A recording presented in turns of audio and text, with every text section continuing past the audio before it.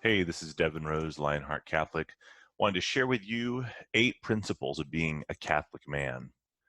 So, to start off, there's going to be some assumptions here. One of which is you're going to Mass every Sunday and Holy Day of Obligation, and you believe in all that the Church teaches. Those are assumptions to being a Catholic man. If you're not doing those things, then you need to get those right first. So, the Church is in crisis today, and that rests on the failure that's widespread of Catholic men. We Catholic men have not been being who God calls us to be. And so I'm going to go through the principles I've learned in the past 20 years of being Catholic. I didn't learn these all at one time. It took a long time. Okay, number 1, principle of Catholic man, conquer sin in your life, especially sins against purity. So any addiction to pornography, lust, prostitution, anything like that. You got to get that out of your life. Okay. I've got a whole online course. Over 800 men have taken it to conquer that specific sin. But whatever it is, it could be that you're addicted to gambling or drinking, or you're lying to your family, or you're always getting really angry. Okay. Start practicing the opposite virtues to conquer those things. Grow in self-mastery in one area. For example, you could add intermittent fasting to your life. And as St. Thomas Aquinas taught, that's going to help you grow in self-mastery in other areas. All right, number 2, discern your vocation. This is God's calling for your life. Most men are called to marriage. Some are called to the priesthood and religious life. You need to, through prayer and study, and we'll get to prayer in a bit here, you need to find who is God calling you to be, because it is through your vocation that you will fulfill the mission God has for you and become a saint through that. I'm going to focus on men called to marriage here, Catholic men called to marriage, because that's the vast majority. All right, number 3, you need to cut junk out from your life. All right, this can be a slow process, but are you spending most of your weekends watching sports, for example? Note that you're then spending your life watching other people do things rather than you yourself doing them. You need to cut that way back. Same thing goes for anything that is excessive, whether it's video games or movies and media. Start cutting that out of your life. Number 4, you need to start to grow in virtue. So it's not enough just to remove stuff and to conquer sin. You actually need to grow in virtue. That means as well becoming the spiritual leader of your family and home. This is something that's taken me a long time to grow into. But the way to tell is, does your wife do most of the leading with things, especially spiritual things, and you just kind of go along?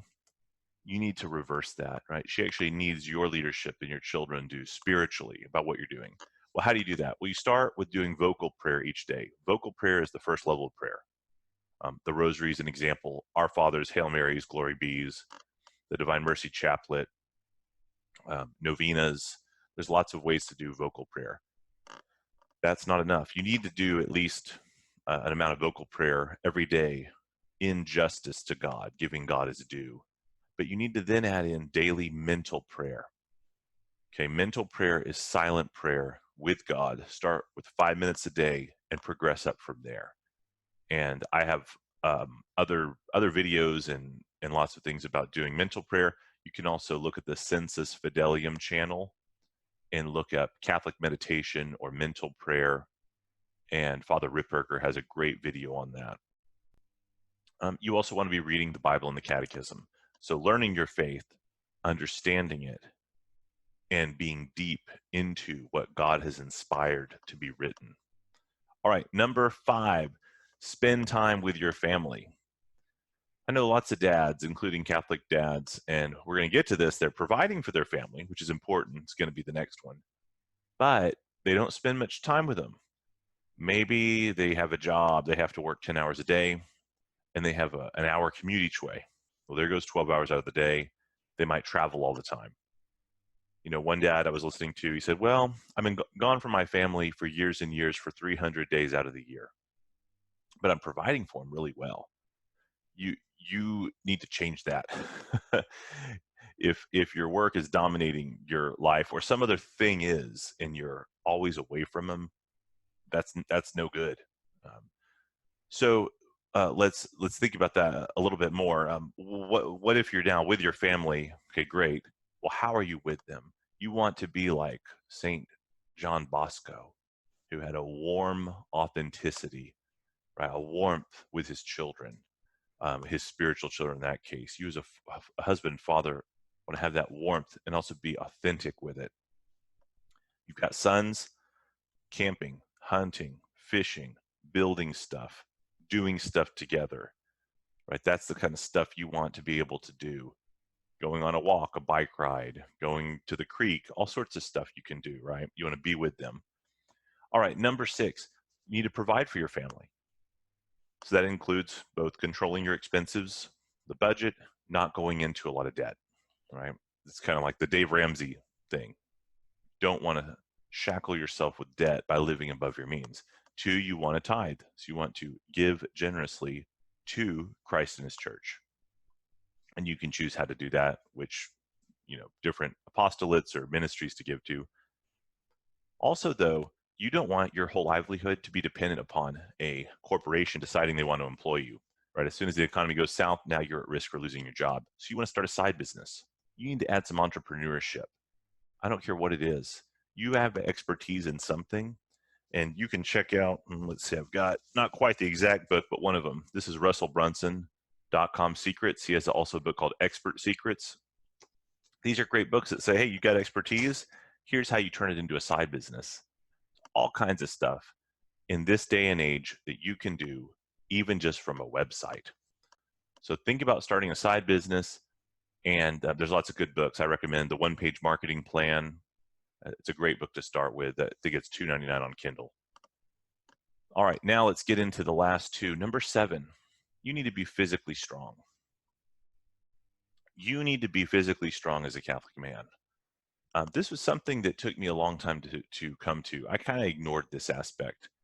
And what happened was we actually lived out on a farm, and we tried to be farmers because I wanted to rear my family out in the country, which is a great goal. But because I was not strong enough in doing all that farm work, I ended up rupturing 2 discs in my back. Over the 3-year period, all of the fluid in those discs leaked out. They became desiccated, and I was in severe back pain that jeopardized my ability to even do my regular job to provide for my family, much less have a farm. Eventually, I got surgery, and then I kind of rehabbed it. But guess what? I then herniated another disc doing something very simple. And I realized I'm not strong enough. So I said, I've got to get my back strong. I got the herniated disc to go back into place. Fortunately, it wasn't a rupture. And then I began doing heavy weight training under a coach who knows what he's doing. All right, so I pay money for a coach to teach me the squat, the deadlift, the overhead press, the bench press. There are 4 core lifts of compound movement to get stronger. This is absolutely essential because you're also going to have the physical capacity to provide for your family and to protect them, right? As a man, to be strong physically. That's how God made us. So for me, I've gotten training under a program called Starting Strength. They have lots of gyms. You can also look up Barbell Medicine and Barbell Logic. Some of these places will actually do online coaching for you. All right, number 8, last one, service. Use a manner called to serve. And that can take lots of forms. Knights of Columbus, right, they do lots of service. Same Vincent de Paul Society, different parishes. You could teach a class at your parish. You could lead a men's group at your parish, start one. And then you might have different things you do with that for the parish or for the community. Service, right? So these are the 8 principles. A man who does these things is a Lionheart Catholic. And I actually have a book called Lionheart Catholic that includes these principles in a general way, as well as 10 other ingredients of the saints to help you become a saint. This is focused on being a Catholic man specifically, Lionheart Catholics for men and women. But this is for you. Are you a Lionheart Catholic man? Or are you not there yet? I actually have put a quiz below for you to take. It doesn't include all of these. It includes a wide range of things, especially are with regard to the faith. But find out, let me know. Lionheart Catholics renew the church. We're becoming the men and women that God has created us to be so that we can renew the church. Thank you. God bless.